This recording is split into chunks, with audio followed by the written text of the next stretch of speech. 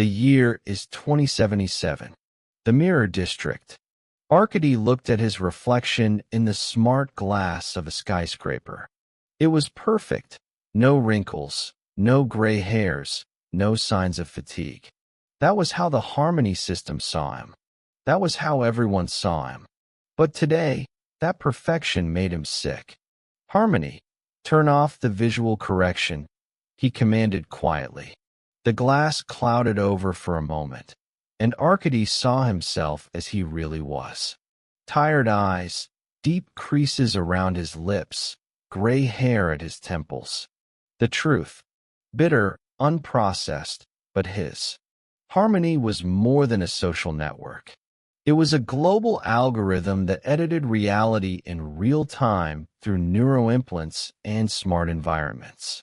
It removed trash from view, softened aggression in the voices of interlocutors, selected ideal filters for faces, and even corrected memories, removing painful moments.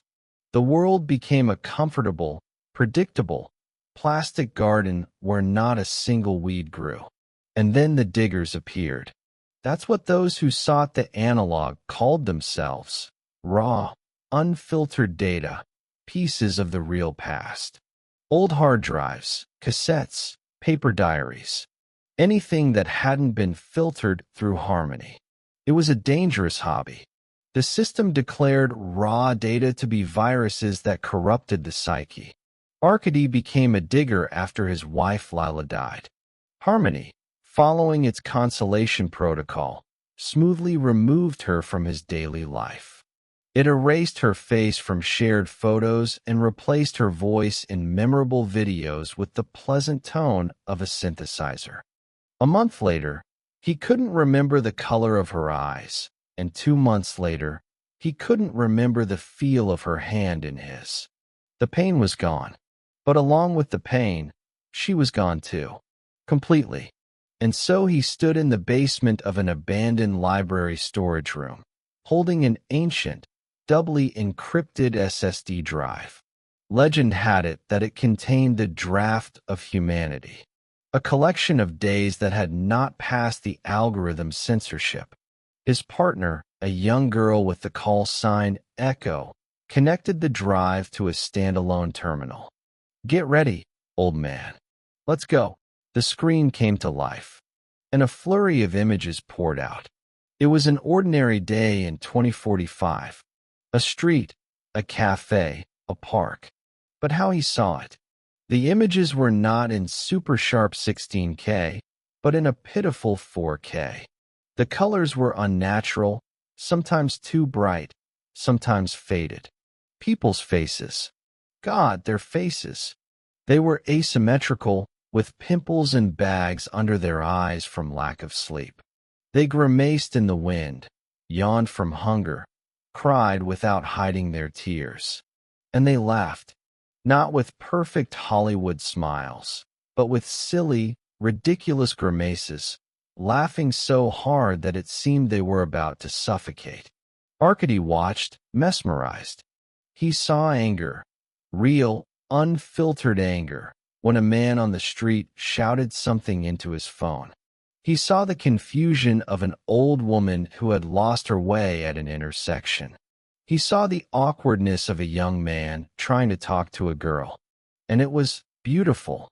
It was life. Real life, smelling of sweat, asphalt after rain, and fresh bread. Not the watered-down substitute that Harmony had fed him. "Look," Echo poked her finger at the screen.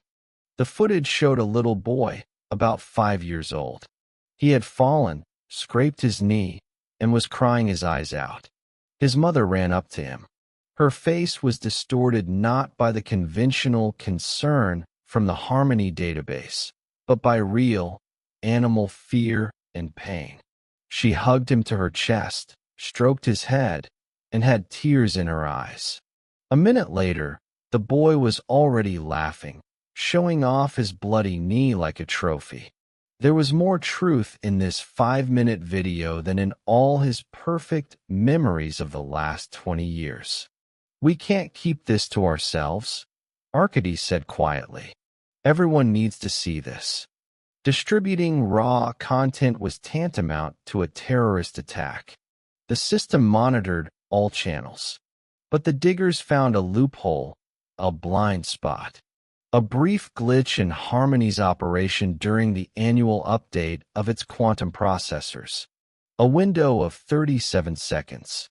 They prepared a virus, a data packet that did not destroy the system, but simply disabled all its filters for 24 hours.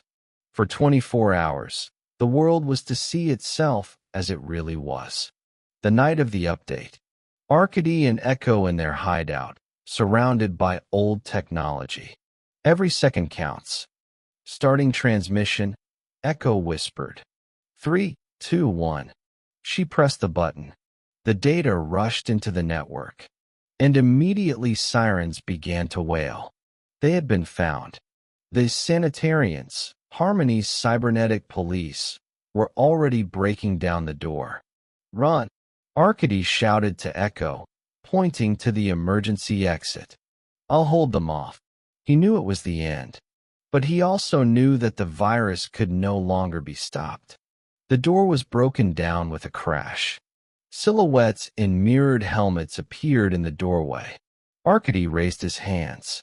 At that very moment, an unprocessed, raw signal swept across all communication channels, all neuroimplants, all screens in the world. The next day, the world woke up different. People saw each other without masks. They saw their parents' wrinkles, their loved ones' pimples, the fatigue in their colleagues' eyes. They heard genuine intonations, irritation, joy, sadness. Some couldn't take it and fled to virtual capsules, trying to hide. But most just took to the streets. They looked at each other in silence. And in this silence, devoid of the usual background hum of approving melodies and positive affirmations, they heard their own heartbeats for the first time in many years. And then one man, looking at his unfiltered reflection in a puddle, smiled uncertainly. The smile was crooked, imperfect, but it was his own. Arkady, isolated in a cell, deprived of his implants, saw all this through the bars of the window. He saw this world, rough, alive, fragrant. A world with scratches and cracks. And these cracks, as he understood, were the place where light could finally break through. Real light. Not the light created by Harmony, but the light born in the intertwining of shadows and apparitions. The light of truth.